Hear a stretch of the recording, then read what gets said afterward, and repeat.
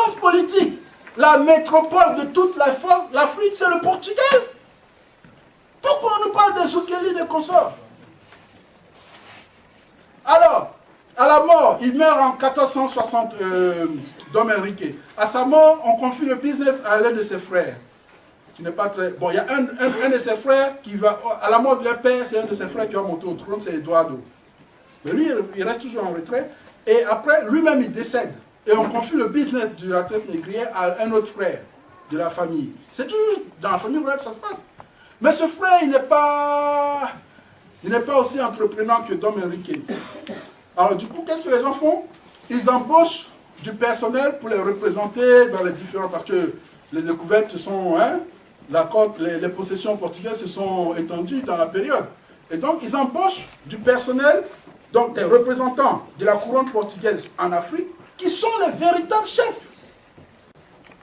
Juste, ça se passe, ça c'est la période jusqu'en 1580, à partir du moment où d'autres puissances négrières européennes vont rentrer en concurrence contre le Portugal.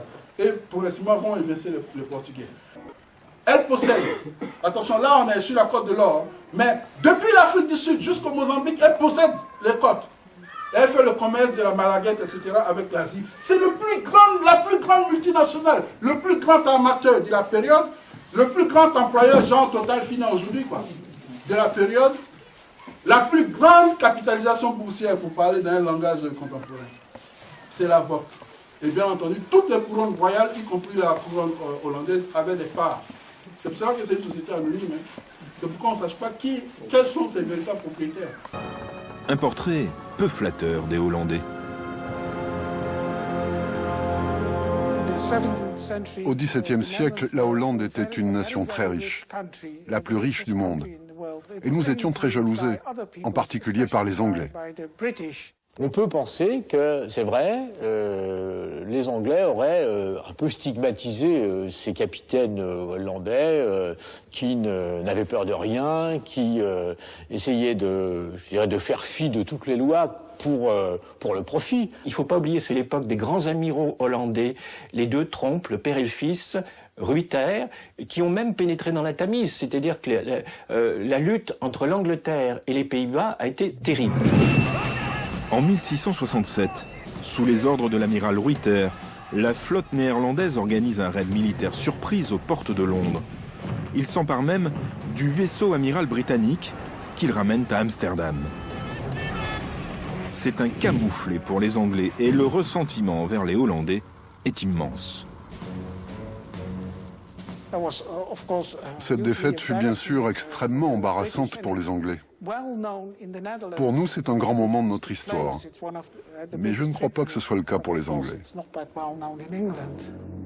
Bon, là, ça c'est un ouvrage très intéressant qui vous montre comment ça se passe.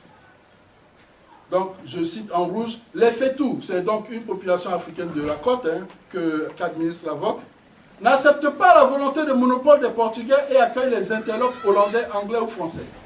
En 1577, ils montent une coalition avec les Eguafo et les Akans, mais ils sont battus. Les Portugais brûlent leur ville, mais subissent des pertes lourdes d'embuscades dans la brousse. Vous avez vu? Les maîtres des jeux de l'échange, c'est les Africains, mais chaque fois qu'ils se rebiffent, on brûle leur ville. On finit avec ça. Ils sont maîtres en quoi? Ils ne peuvent pas être maîtres tant qu'ils n'ont pas le pouvoir militaire pour assumer leur souveraineté.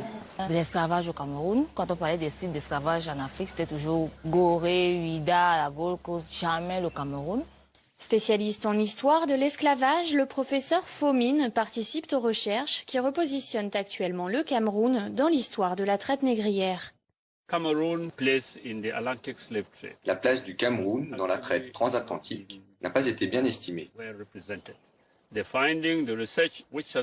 Les dernières recherches et découvertes qui ont été réalisées indiquent que plus de 10% des esclaves seraient partis du Cameroun. Grâce à ces révélations, les vestiges enfouis de Bimbia refont peu à peu surface. À quoi a servi la structure, le vestige devant lequel il se trouve? C'est de pouvoir raconter l'histoire à l'état actuel pour pouvoir dire aux gens partout dans le monde que dans l'histoire de la traite négrière, Bimbia existe, Bimbia a sa part d'histoire à raconter. Jean-Pierre Place, c'est un négrier français qui a été envoyé par les businessmen de Nantes, je crois, pour aller faire, en 1726-62, pour aller faire du business négrier. Et donc, il fait un récit, il raconte, c'est son arrière-petit-fils qui récupère des archives de la famille et il les publie. Il vous décrit, lui, comment vit le gouverneur. Il y a déjà 170 ans que les Portugais achètent des esclaves noirs en Afrique, lorsque les négriers nantais s'engagent dans cette quête de l'or noir. Mais en quelques décennies, les navires armés à Nantes assurent les 2/3 du trafic du royaume. En fait, le réseau de vente des esclaves n'est pas différent de celui des autres activités de commerce. Les marchands africains regroupent les esclaves, l'or et les autres produits. Nous sommes en 1766. Nantes est une grande ville. Elle compte à cette date 80 000 habitants. L'activité de Nantes, la prospérité de Nantes repose essentiellement sur son port. Toute la société nantaise du XVIIIe siècle profite de cette prospérité portuaire. Que ce soit les petits métiers liés au port, les calfas par exemple, ou que ce soit au sommet de la hiérarchie sociale, les messieurs du commerce. Ces messieurs du commerce, les négociants armateurs. Au cœur du fleuve, qui traverse alors la ville, l'île Feydeau est le lieu de résidence privilégié des armateurs. Les modalités de financement de ce commerce sont bien établies. Un armateur principal réunit les fonds nécessaires en faisant appel à quelques commanditaires. Le bateau, rarement neuf et jamais spécialisé, est aménagé pour la traite.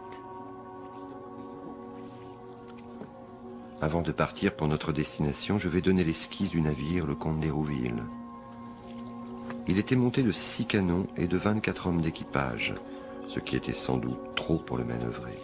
Cette cargaison est formée de produits extrêmement divers. Il n'est pas rare de trouver sur un bateau négrier plus d'une centaine d'articles. Ces articles sont le plus souvent des articles de luxe.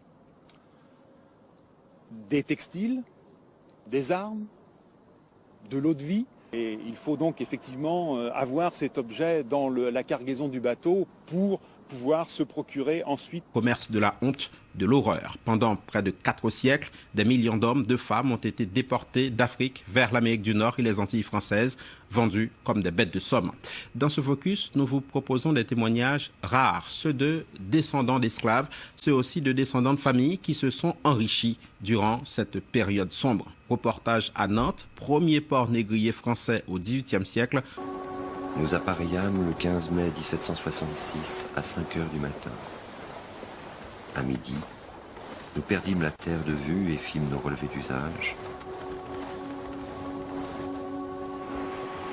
Nous eûmes des vents assez favorables jusqu'au 21 de mai, mais à cette époque nous éprouvâmes des vents très violents qui travaillèrent notre bateau. Les 12 à 15 millions d'esclaves qui ont été déportés vers les Amériques ont été embarqués tout le long des côtes occidentales de l'Afrique.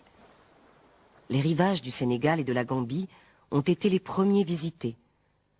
Considérés comme peu rentables, ils ont été rapidement délaissés au profit de la côte d'Ivoire, de la côte de l'or et de la côte des esclaves. Au début, le parrain, c'est Don Enrique. C'est lui le maître. C'est lui qui passe des accords avec les Arabes, etc., qui organise le trafic, qui expédie et tout.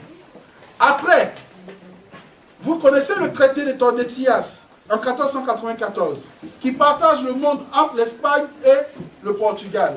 Et au Portugal revient les côtes atlantiques d'Afrique. Donc juridiquement pour les Blancs, l'Afrique appartient au Portugal.